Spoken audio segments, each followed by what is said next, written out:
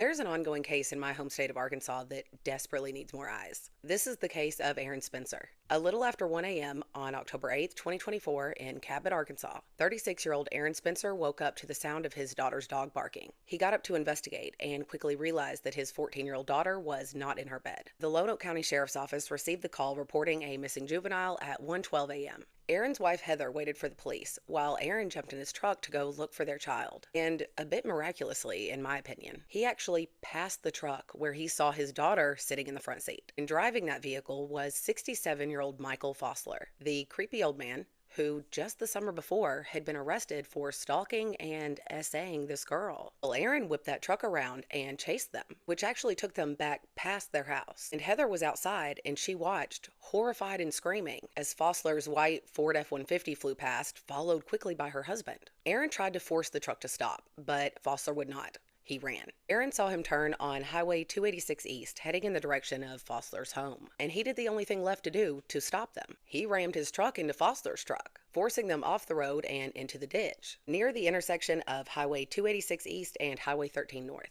Aaron jumped out of his vehicle and he saw his daughter trying to exit the other truck, but she was pulled back inside, and then Michael Fossler got out of his truck, and he lunged at Aaron, screaming, "F you," and Aaron opened fire. He emptied the clip of his pistol into Michael Fossler, then jumped on top of him, pistol whipped him, and then got his daughter out of that truck. Once she was safely back inside her father's vehicle, Aaron immediately called 911 a second time and reported that his daughter was safe and her abductor was laying dead on the side of the road. Now, I feel like it's important to fully understand the backstory here. Beginning in the spring of 2024, when the Spencer's daughter was only 13 years old, a very quiet, shy, and homeschooled girl, who also at the time spent a lot of her days helping to care for her dying grandfather. She was in a vulnerable place in an already vulnerable age in life, and she began spending more time away from home at the home of family friends that the Spencers trusted like family. But unknown to her parents, their young daughter was being manipulated and groomed and then repeatedly violated by the boyfriend of this trusted friend,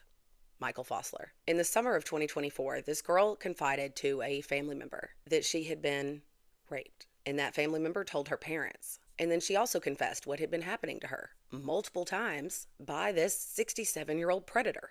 Fossler was arrested after that. He was charged with 2 counts of internet stalking of a child, 2 counts of fourth-degree sexual assault, 2 counts of sexual indecency with a child, possession of child pornography, and 35 counts of pandering or possessing medium depicting sexual conduct with a child. That is 42 charges of crimes against a child. Fossler was scheduled to go to trial that December, where the Spencer daughter was going to stand as the only witness to testify against him. So a no contact order was given, and the police assured these parents that they were taking this very seriously. Yet it didn't take long for Michael Fossler to be released on a very low bond. In that October, on the night of this terrible incident, the Spencer family still had that no contact order against him, which clearly stopped absolutely nothing. And Aaron Spencer, a dedicated husband, a dedicated father, and a decorated war veteran, did what he had to do to protect his child and to protect himself. And in light of that looming trial, where Michael Fossler faced multiple felonies, after he again lured this girl outside and took her from the safety of her home in the middle of the night and then assaulted her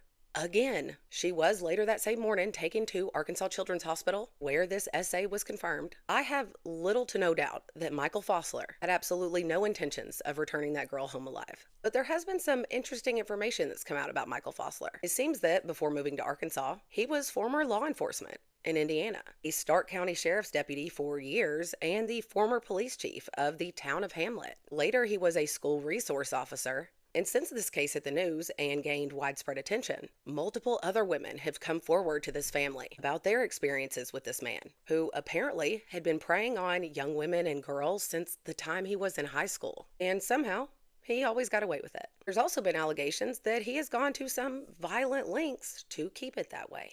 Aaron Spencer very likely saved his daughter's life that night, but that is not the way he has been treated. When police arrived on scene, Aaron was arrested for first-degree murder, though he ended up getting charged with second-degree murder with an enhancement of using a firearm, which is a charge that could result in a life sentence. And as if that is not outrageous enough, the court documents reveal something startling, scary, and very, very telling. When Aaron Spencer was arrested around 3 a.m., he was placed in the back of a police car, and then the Lonoke County Sheriff, Sheriff John Staley, arrived on the scene. He pulled Aaron out of the car and gave him a little talk. Told him, "Don't worry, buddy, you'll be home soon." gave him a pat on the back, and put him back in this cop car. But this time, there was a glass pipe sitting in that back seat with him.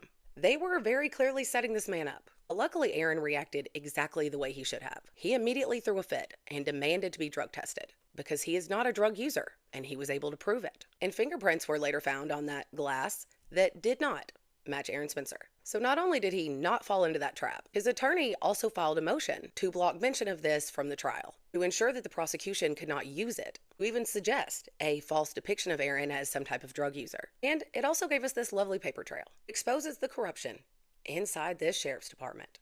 And it turns out that not only is Michael Fossler former law enforcement in Indiana, he also had connections to people in power in Arkansas, like to the family of Sheriff Staley. Imagine that. And this particular sheriff, by the way, has also been accused of using his power to protect predators. And that's not the only accusation against him either. In fact, in September 2019, the sheriff and the jail administrators were sued by a former inmate alleging that he was denied medical care or his serious medical needs while he was incarcerated for retaliation for their grievances against him. And in June 2022, a civil lawsuit was filed by the family of Hunter Britton. Do y'all remember this story? Horrible.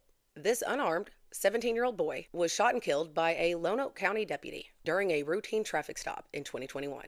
And the family brought that lawsuit not only against the deputy, who, by the way, was charged with negligent homicide, but sentenced to only 1 year in prison.